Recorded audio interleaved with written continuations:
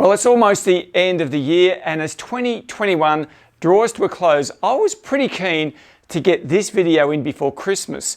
Now, as you know, in my last video, I asked for submissions from you guys to send me some of your images to feature here on the channel. Well, as expected, I received what seems like hundreds of images. Now, obviously, I can't feature every single shot, but I'll do my best to bring as many as I can into these videos. I'll be doing a follow-up again in a little while. Now, before I go any further, I want to bring something else to your attention. My good friends Mike and Chris Pereira invited me to be part of a collaboration of outdoor photographers who will be bringing a series of YouTube videos throughout the month of December. This has been aptly named Vlogmas, and I guess the idea is to introduce you all to other like-minded photography channels. I think sometimes it's good to see what everyone else is getting up to, and I think it's a great idea to get into the Christmas spirit of goodwill. Anyway, you can check the other videos in the playlist linked below in the description. All right, without further ado, let's get into this video where I showcase your images. Okay, so our first image is from Ilya Dubovsky and from Latvia. So, hi Richard, hello from Latvia, here on the other side of the earth. And we also watch your channel. Thank you very much for that. It's not as simple to shoot nightscapes here in Latvia, as we almost don't have a chance to see the center of the galaxy. It rises just a little bit over the horizon in spring. On the other side, Europe is a very urbanized place, so light pollution is always an obstacle here. Yes, I hear that quite a lot. So here are two examples. The first one was shot on the seashore, having the remains of an old pier as a foreground. And I was lucky that the factory behind me was illuminating the foreground just enough so it is all natural light. That's a lovely image, really nice. And the second image was shot trying to implement your light painting and focus stacking technique. It's an old lighthouse that me and my buddy were trying to illuminate. I was releasing triggers for our two cameras while my friend was running around with a headlamp. Yep, we've all done that. Then I was blending 7 to 10 pictures in Photoshop, and here is the result. Well, I love this shot. This is really, really nice indeed. Both pictures were taken with the Canon 5D Mark IV and the Samyang 14mm f2.8. I think you've done an absolutely fantastic job with these, Ilya. So our second contributor is Steffen Engelbrecht. Now, Steffen is a regular on the channel here, and thank you very much for that. He sent in some images here. Now, these are all shot with an Olympus EM1 Mark III with a Laowa 7.5mm. And this first image is shot with the sky at f2, 15 seconds shutter speed, ISO 4000. He stacked 20 images. The foreground, there are 4 photos blended at f5.6, 6 second shutter speed, ISO 400, lit with the LED Lensa 7 torch. Now, Steffen's second shot is this open field with the tree. I particularly like the power line tower with the light pollution directly behind it. Sometimes I think you can use light pollution to your advantage to get a good silhouette. This is just a single shot, same camera and lens situation, sky at f2, 15 seconds at ISO 3200. He goes on to talk about what happened this night, and there were some hunters that came along and basically told him to get lost. And I think when hunters come along and tell you to get lost, sometimes you just have to do what they tell you to do. And the last image here, this is nice. It looks very, very cold. And yes, he says this was minus 15 degrees Celsius, probably lower. So that's very cold. It was so cold that he could see freeze soap bubbles, but he wasn't able to get photos of those. So that was pretty cold. This is shot at the sky at f2, 15 seconds at ISO 4000. Again, 20 photos stacked. And the foreground is at f5.6 at 6 seconds at ISO 400. He says about 4 to 6 photos blended in with the light painting. And I think these are quite awesome, Steffen. Really well done. Now, I just love this next image, which is from Marcus Odgaard from here in Queensland, Australia. And this beautiful lantern with the spider. There's an orb spider there. Don't you just love this one? And this is an old cattle property west of Claremont. The cattle yards are in excess of 100 years old, and still in use today. I love these old places. Now, this is shot with a Nikon Z6 with a 20mm f1.8 lens, which is my combination. I absolutely love that lens and camera. 20-second shutter speed at f2.2 at ISO 2500 with just a little bit of light painting. And I think that golden orb spider makes all the difference. What an amazing shot. Really love this one. Our next image is from Sara Bella from Hungary. And I love this. This is just a beautiful, simple image, but it is showing a meteor shower with the silhouette of the building. And I particularly love that light that's just placed inside the building, just to give it that little bit of, hey, somebody actually lives here. Now, this is shot with a Sony a6000 with a Sigma 16mm f1.4 lens. And the story goes like this. This is a Perseid meteor shower. I took 8 pictures of the silhouette of the tiny abandoned house with ISO 1600 at f2 20 seconds, and then one with the indoor lighting with ISO 400 at f3.5 at 15 seconds. I stacked these for noise reduction. I took 12 horizontal images from the same position with the Star Adventurer tracker at ISO 800 f2.8 120 second shutter speed, which I also stacked afterward due to the richness of detail and the Perseid meteors. Then I blended these all together. It was an unforgettable experience to spend the night out under the stars and the shooting stars. And isn't it always the way? What a fantastic image. And I love this little story that goes along with it, all the way from Hungary. Thanks so much, Sarah. Next, we have 2 images from Erik Wikes. Erik is from Australia. This is the Cape Jarvis Lighthouse in South Australia. And it's, as Erik is explaining, the ugliest lighthouse in existence. But he's been keen to get out there for ages to shoot it with the Milky Way overhead. It was one of the last dark moon nights of the season, and after arriving at dusk, clouds rolled in. But he got about a 30-minute break in the clouds, and he did 10 stacked images with the foreground conveniently lit by the nearby ferry terminal. So this is shot with the Canon R5 with the RF 15 to 35 f2.8 lens at 15mm. ISO 6400 f2.8, 8-second shutter speed, 10 shots stacked. That is an awesome image. Absolutely love that. And the next one, this is from a trip to the Flinders Ranges, which is quite a desolate place out in the middle of nowhere, really dark skies in South Australia. And this is taken with the Canon R5 as well, with the same lens, the 15 to 35. This is at 29mm. And this beautiful old stone church, what a gorgeous image that is. This is also 10 stacked, ISO 6400, f2.8, 10-second shutter speed. I love these, Erik. Really, really well done. Okay, our next image is from Paul Clark from the UK. So it's winter up here in the Yorkshire Dales, and I saw that you're wanting images, and yes I do. Here's a great one. This is a chilly one, makes a change from your warm colours. Gee, it sure does. It's a derelict lead mine looking towards the Yorkshire Dales Dark Sky Reserve. It's -4 degrees, wind chill down to -8 degrees Celsius, so that's pretty cold. And this is shot with a Canon 6D Mark II and a Sigma 24mm lens. The sky is 8-second shots at f2.2 at ISO 2500, so they're stacked. The building, 6 8-second shots at f5 at ISO 800. And he did an ambient foreground shot at 30 seconds at f2.2 ISO 2500. So he's used Sequator, Lightroom and Photoshop. Now, I love this. This is a combination of ambient light, a bit of light painting and the background stars. Gee, it looks cold just looking at it, but it's a great image, Paul. Thanks so much for sending it through. Next, we have an image from Motti Hennock from Germany, and it's continuing the theme of meteors, which I absolutely love. This is another Perseid meteor. Motti's little description. Can you believe that this image is from my first ever planned night shoot? I did go out at night a couple of times before, but I never had a plan. It was more about getting some fresh air and checking out a landscape target. Fair enough. I knew about the night sky and Milky Way, but one day someone on YouTube mentioned the peak of the Perseid meteors. And knowing that there's a dark sky area about 1.5 hours north of my home, out I go.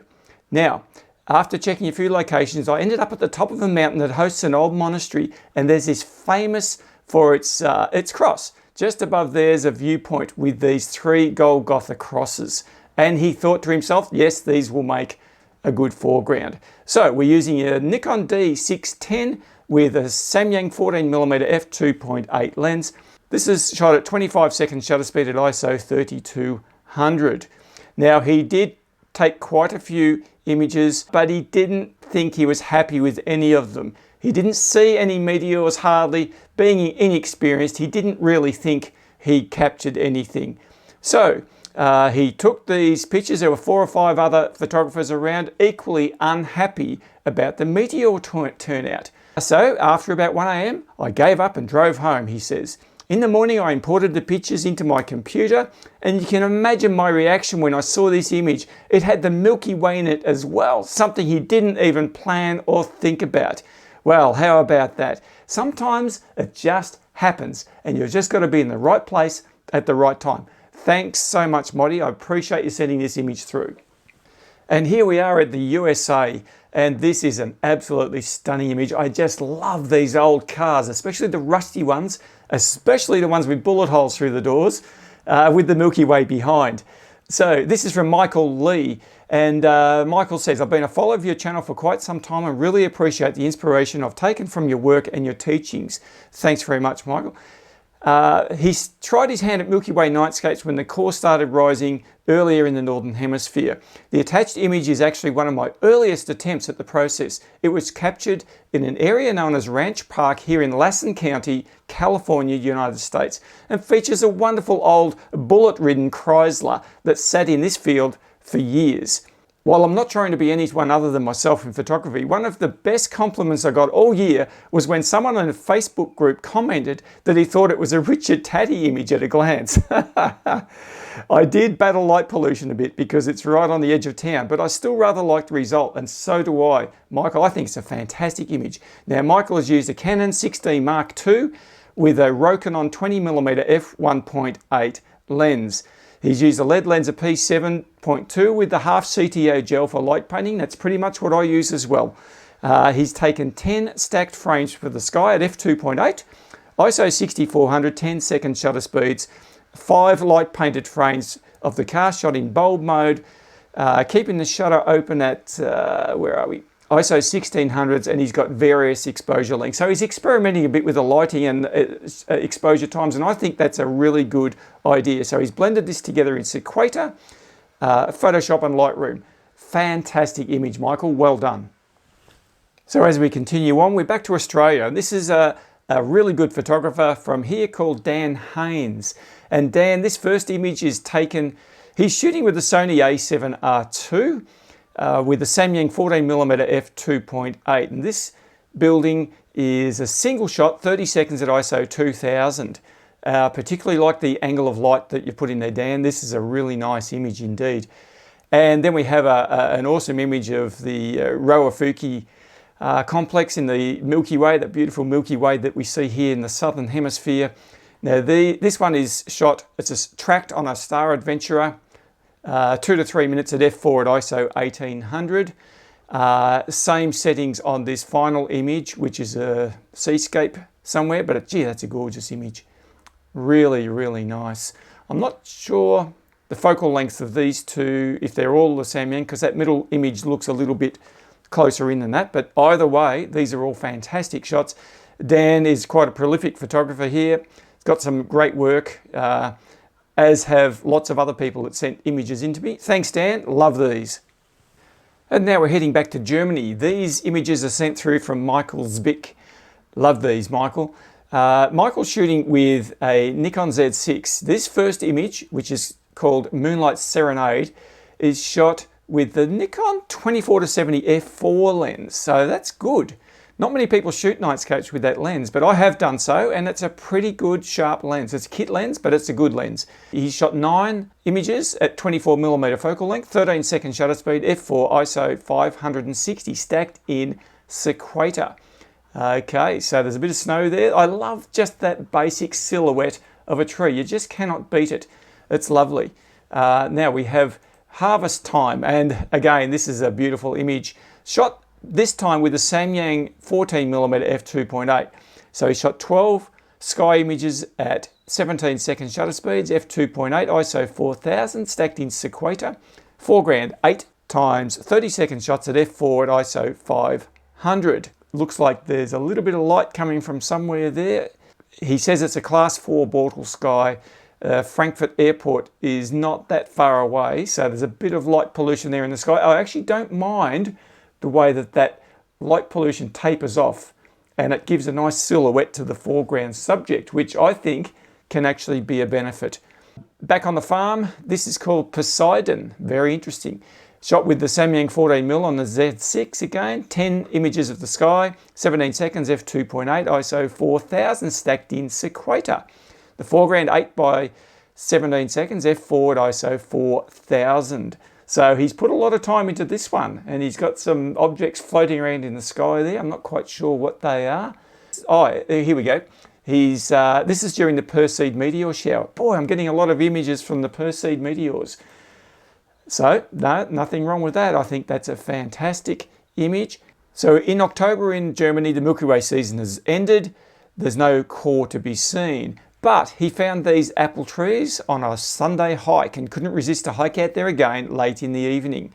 And this is shot with that 2470 f4 lens. He's shot 15 shots at 24mm, 13-second shutter speed, f4, ISO 5000, again stacked in sequator. The foreground is 7 images at 13 seconds at f4 at ISO 500. So there is some Milky Way in that shot. So it looks pretty good. Once again, he's got a bit of light pollution from the Frankfurt Airport, which is about 50 kilometres away from this location.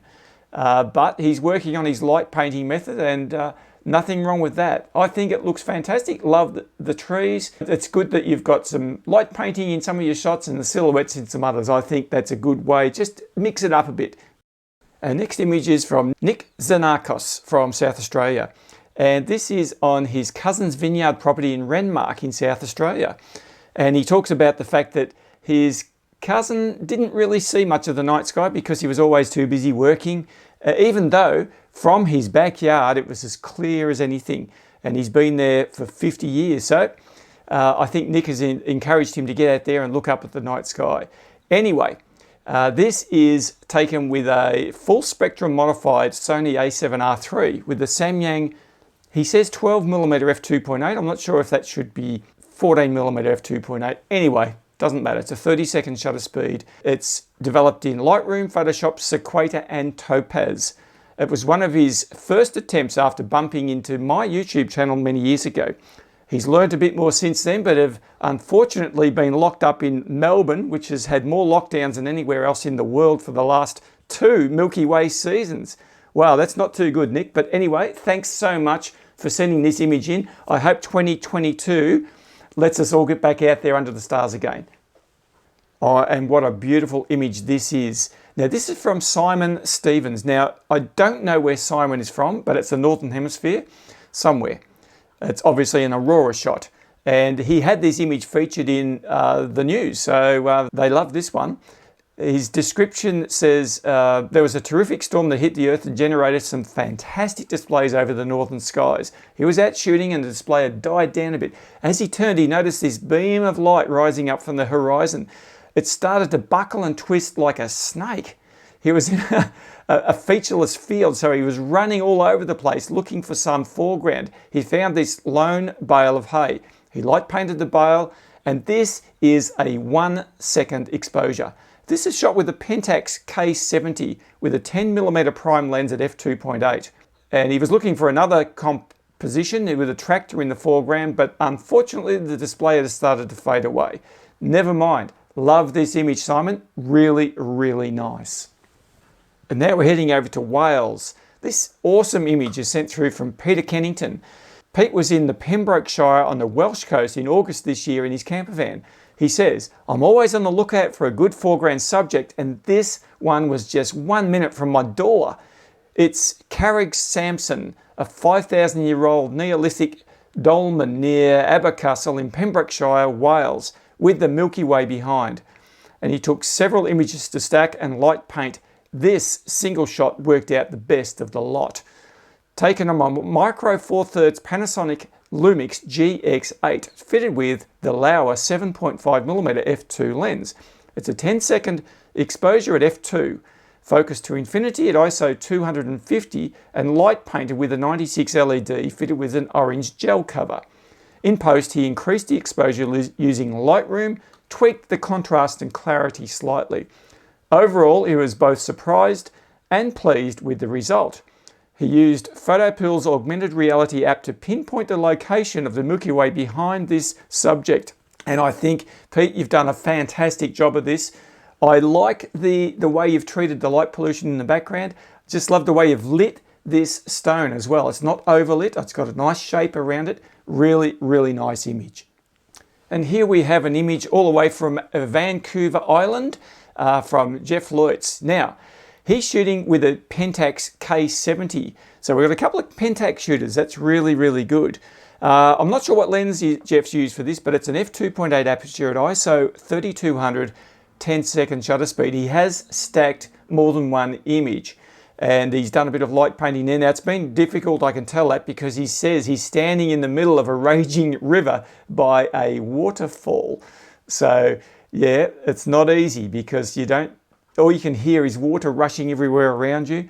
But Jeff's a great supporter of the channel here, and thanks for sending that through, Jeff. Love it.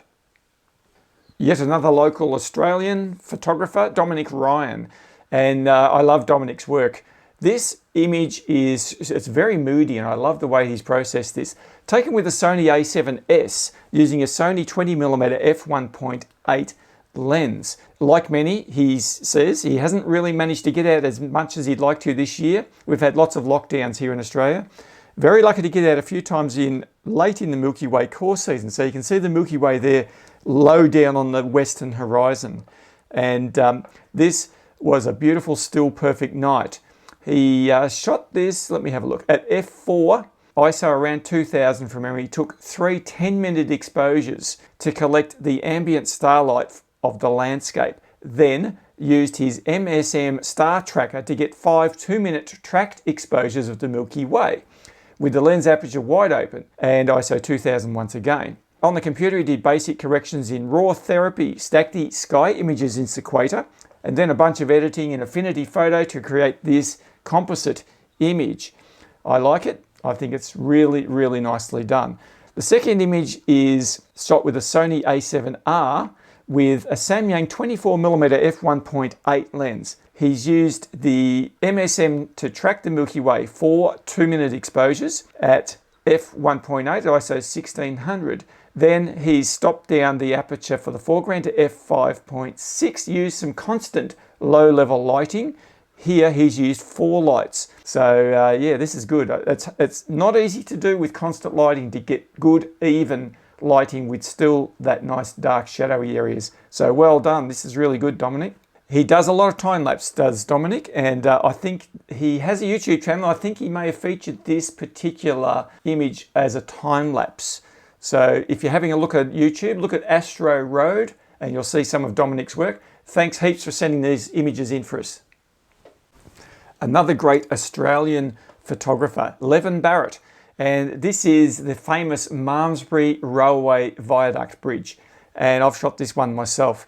Now, Levin is a very keen photographer. Also does a fair bit of time-lapse, which I really like and I appreciate. He goes on to say about this image, this was a long time in the planning. In April 2021, he and his wife were having a holiday and a lovely trip down to Malmesbury. They walked around the Botanic Gardens and they found the bridge and had a good look around and did some planning and worked out how he was going to do this particular shot. Once again, 11 got stuck in lockdowns here in Victoria in Australia.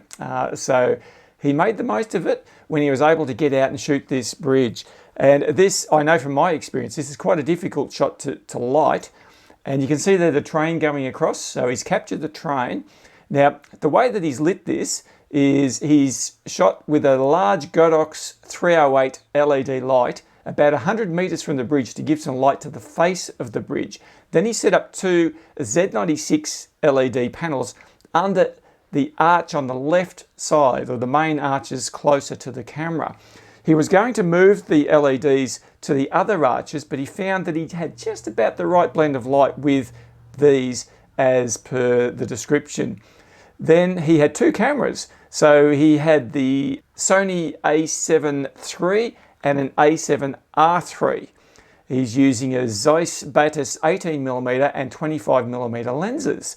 So he set two cameras going. That's really, really dedicated. He used various ISOs and shutter speeds just to get the lighting right, and I can totally understand what he's doing there. He ultimately ended up with two sets of images, the 18mm and the 25mm sets. He processed each set, blending various bridge images with a good Milky Way image, and achieved the final result. He was being very fussy and paid attention to eliminating errors in masking or blending and a full topaz noise reduction on each layer.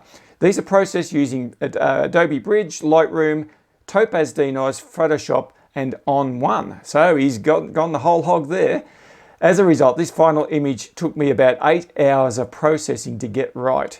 Needless to say, I'm very happy with it. It looks great on a 4K screen. Well, it looks pretty good on our screen as well. And the second image, not such a great description on this, but it's a beautiful image. This is the Malmesbury Anglican Church. So it's just down the road from the bridge.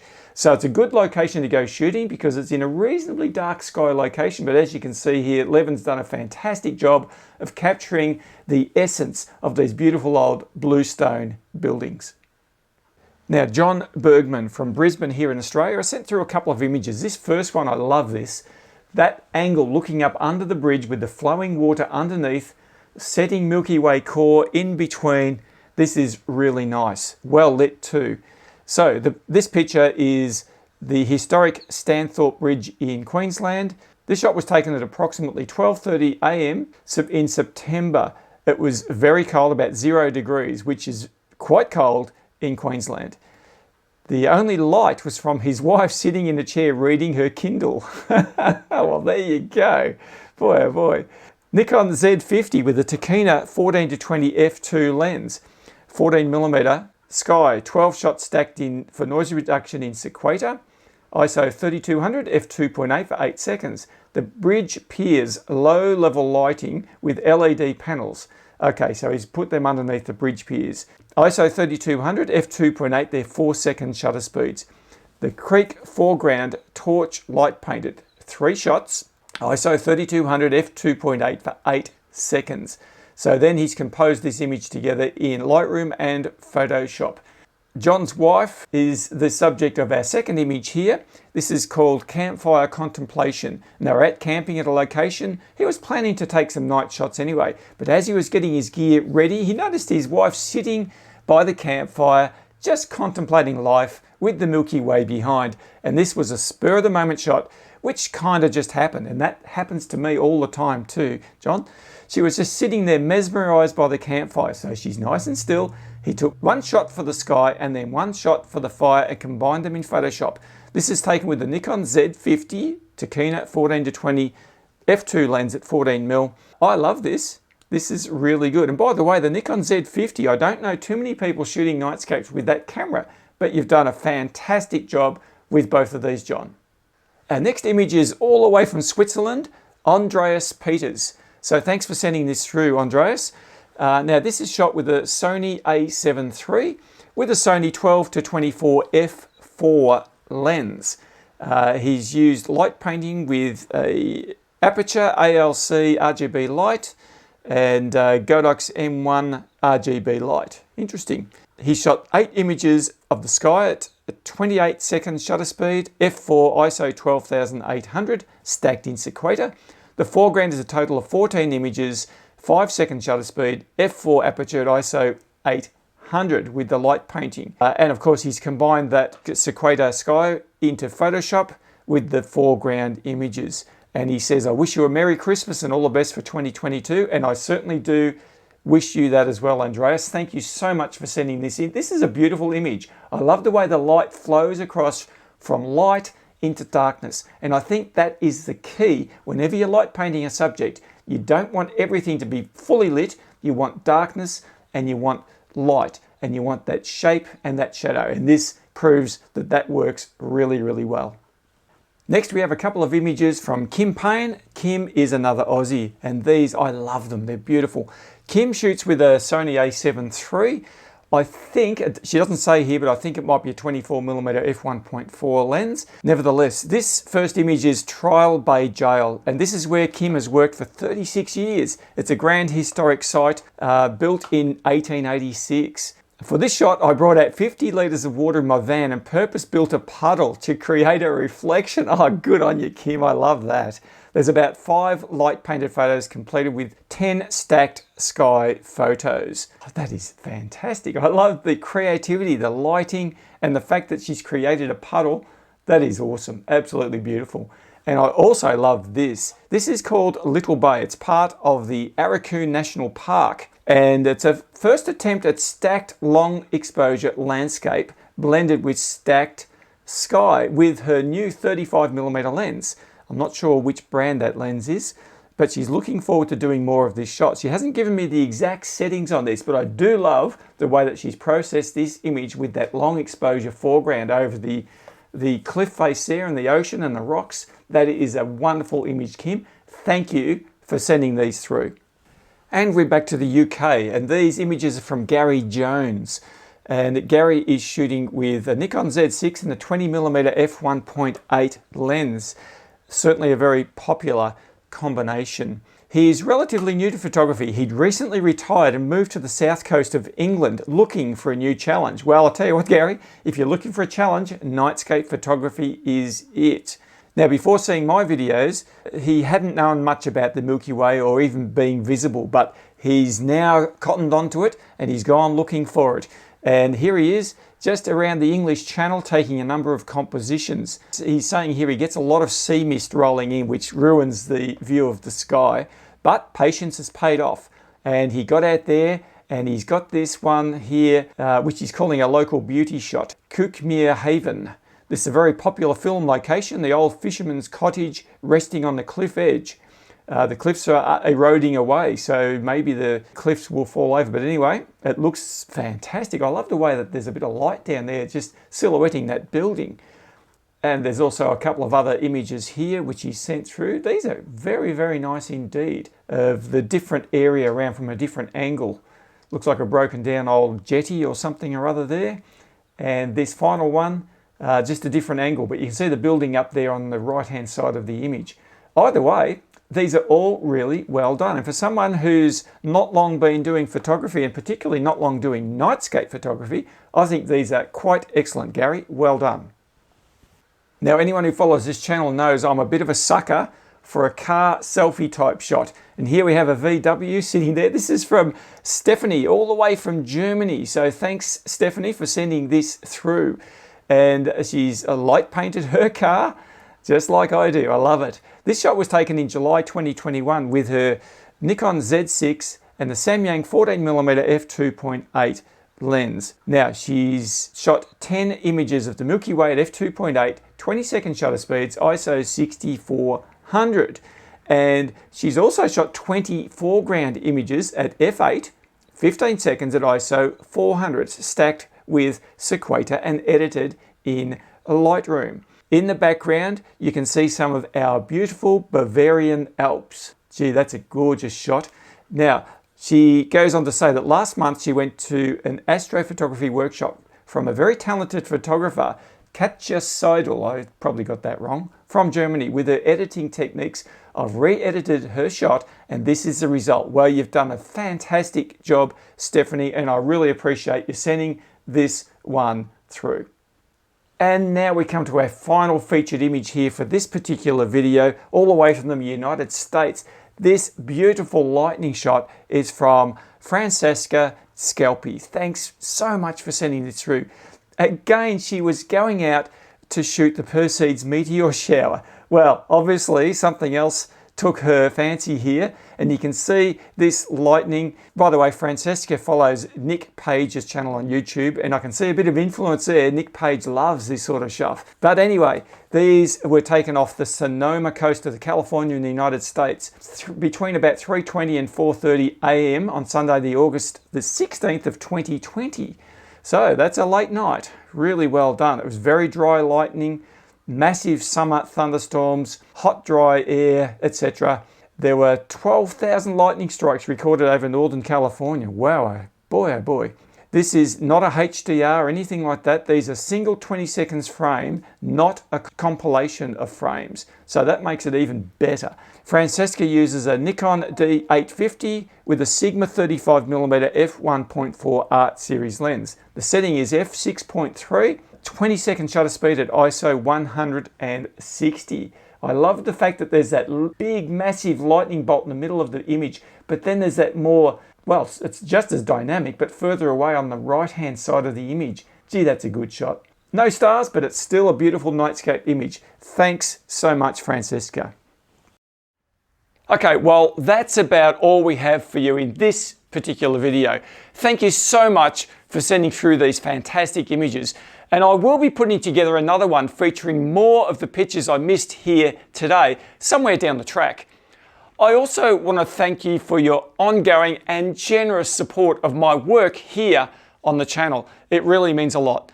I hope you all have a wonderful and blessed Christmas season. I'll be back soon with some more Nightscape images content. Until then, you have a great week.